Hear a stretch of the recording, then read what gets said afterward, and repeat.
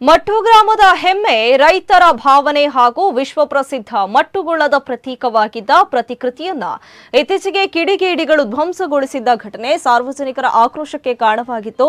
ಈ ಹಿನ್ನೆಲೆ ಗ್ರಾಮದ ಯುವಕರು ಹಾಗೂ ಸ್ಥಳೀಯರು ಒಗ್ಗೂಡಿ ಧ್ವಂಸಗೊಂಡ ಪ್ರತಿಕೃತಿಯನ್ನ ಮರುನಿರ್ಮಿಸಿ ಮಾದರಿಯಾಗಿದ್ದಾರೆ. ಇನ್ನು ಮಾಚಿಕೋಟೆ ಗ್ರಾಮ ಪಂಚಾಯತ್ ಸದಸ್ಯ ರಮೇಶ್ ಪೂಜಾರಿ ಮಟ್ಟು ಅವರ ನೇತೃತ್ವದಲ್ಲಿ ಅವಿನಾಶ್ ಮಟ್ಟು, ನಾಗೇಶ್ ಪೂಜಾರಿ, ಸುಜಿತ್, ರೋಷನ್, ಅಮಿತ್, ಮಹೇಶ್, ರವಿ ವಿಶ್ವಕರ್ಮ, ಮನೀಶ್, ಜಗದೀಶ್ ಸೇರಿದಂತೆ ಹಲವರು ಸ್ವಯಂ ಪ್ರೇರಿತವಾಗಿ ಕಾರ್ಯನಿರ್ವಹಿಸಿ ಮಟ್ಟುಗುಳ್ಳದ ಪ್ರತಿಕೃತಿಯನ್ನ ಮರುಸ್ಥಾಪಿಸಿದ್ದಾರೆ. ಮಟ್ಟುಗುಳ್ಳವು ಕೇವಲ ಒಂದು ಕೃಷಿ ಉತ್ಪನ್ನವಲ್ಲ, ಅದು ಗ್ರಾಮದ ಸಂಸ್ಕೃತಿ, ಪರಂಪರೆ ಹಾಗೂ ರೈತರ ಪರಿಶ್ರಮದ ಸಂಕೇತವಾಗಿದೆ.